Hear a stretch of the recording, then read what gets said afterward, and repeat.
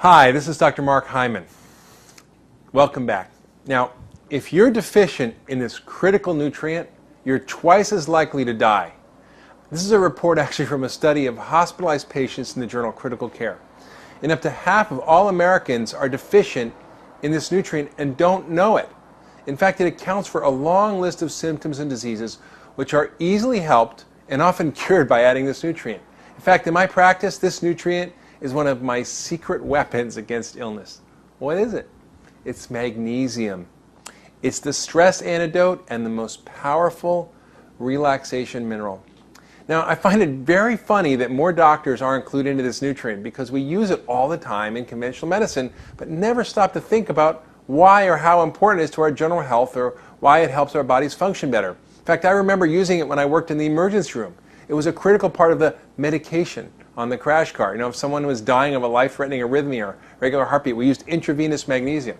If someone was severely constipated or needed to prepare for a colonoscopy, we gave them milk of magnesia and a green bottle of liquid magnesium citrate, which completely empties their bowels. If a pregnant woman came in with preterm labor or high blood pressure of pregnancy or seizures of pregnancy, what do we give them? High doses of continuously dripped in or intravenous magnesium. But you don't have to be in the hospital to benefit from treating magnesium deficiency. Think of magnesium as the relaxation mineral.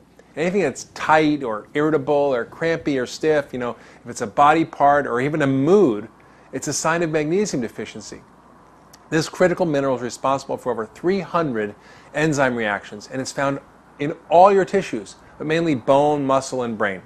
It's necessary for your cells to make energy, for many different chemicals, pumps to work, to stabilize membranes, to help muscles relax. You know, the list of conditions that are found related to magnesium deficiency is very long. In fact, there are over 3,500 medical references on magnesium deficiency, but it's mostly ignored because it's not a drug, even though it's more powerful in many cases than drugs, which is why we use it in life-threatening and emergency situations like seizures and heart failure in the hospital, right? You might be magnesium deficient if you have any of the following things: muscle cramps or twitches, insomnia, irritability, you're sensitive to loud noises, you're anxious, you have autism, ADD, your palpitations, angina, you're constipated, you have anal spasms, you have headaches, migraines, fibromyalgia, chronic fatigue, maybe you have asthma or kidney stones. What about diabetes, obesity, osteoporosis, high blood pressure, PMS, menstrual cramps, irritable bladder, irritable bowel, reflux, trouble swallowing, and lots more. It's even been linked to inflammation in the body and higher C-reactive protein levels. So how bad is this problem? Well, it's very bad in our society. By conservative standards of measurement, which is the serum magnesium level, 65% of people admitted to the intensive care unit and about 15% of the general population has magnesium deficiency. But this is seriously underestimating the problem because a serum magnesium level is the least sensitive way to detect a drop in your total body magnesium. So why are we so deficient? Well, the answer is simple. We eat a diet that has practically no magnesium, highly processed, refined diet that's based mostly on white bread, white flour, meat, and dairy, all of which have no magnesium. We live lifestyles that cause us to lose magnesium from our bodies, and whatever magnesium we have just goes out and we never replace it. We drink coffee, alcohol, we eat sugar, we're under chronic stress. In fact, one study in Kosovo, they found that under chronic war stress, there was tons of magnesium that came out in people's urine. And hardly any of us eat foods that are high in magnesium. I mean, when was the last time you had a good dose of sea vegetables or seaweed or nuts or greens or beans? I feel like most Americans, your nut consumption mostly comes from peanut butter and probably from chocolate-covered peanut butter cups. Now, our processed diet contains almost no magnesium. It's rare in our diet, and it's often poorly absorbed, and it's easily lost from our body. So a recent scientific review of magnesium said it's highly regrettable that the deficiency of such an inexpensive, low-toxicity nutrient results in diseases that cause incalculable suffering and expense throughout the world. This was from Medical Hypothesis in 2001. In order to absorb magnesium, we need a lot of it in our diet, plus B6 and D and selenium to get the job done. And much of our modern life conspires to help us lose whatever magnesium we do get in our diets.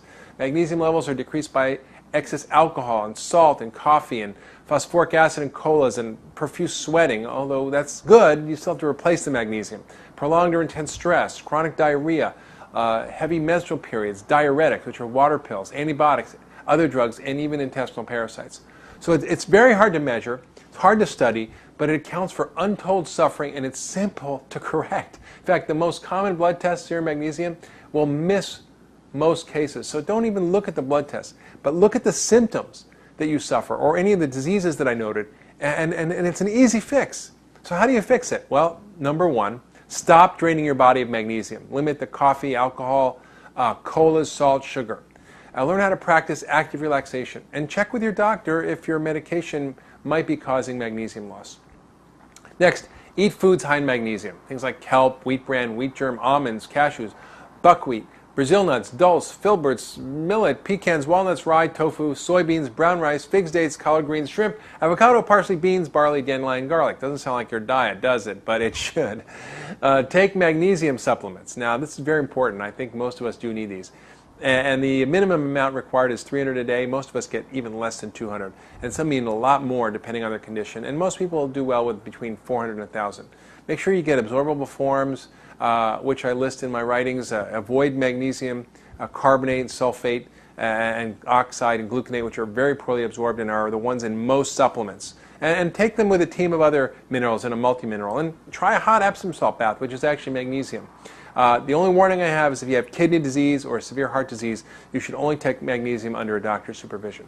So there's no reason to suffer from so many things that result from magnesium deficiency. It's truly a miracle mineral.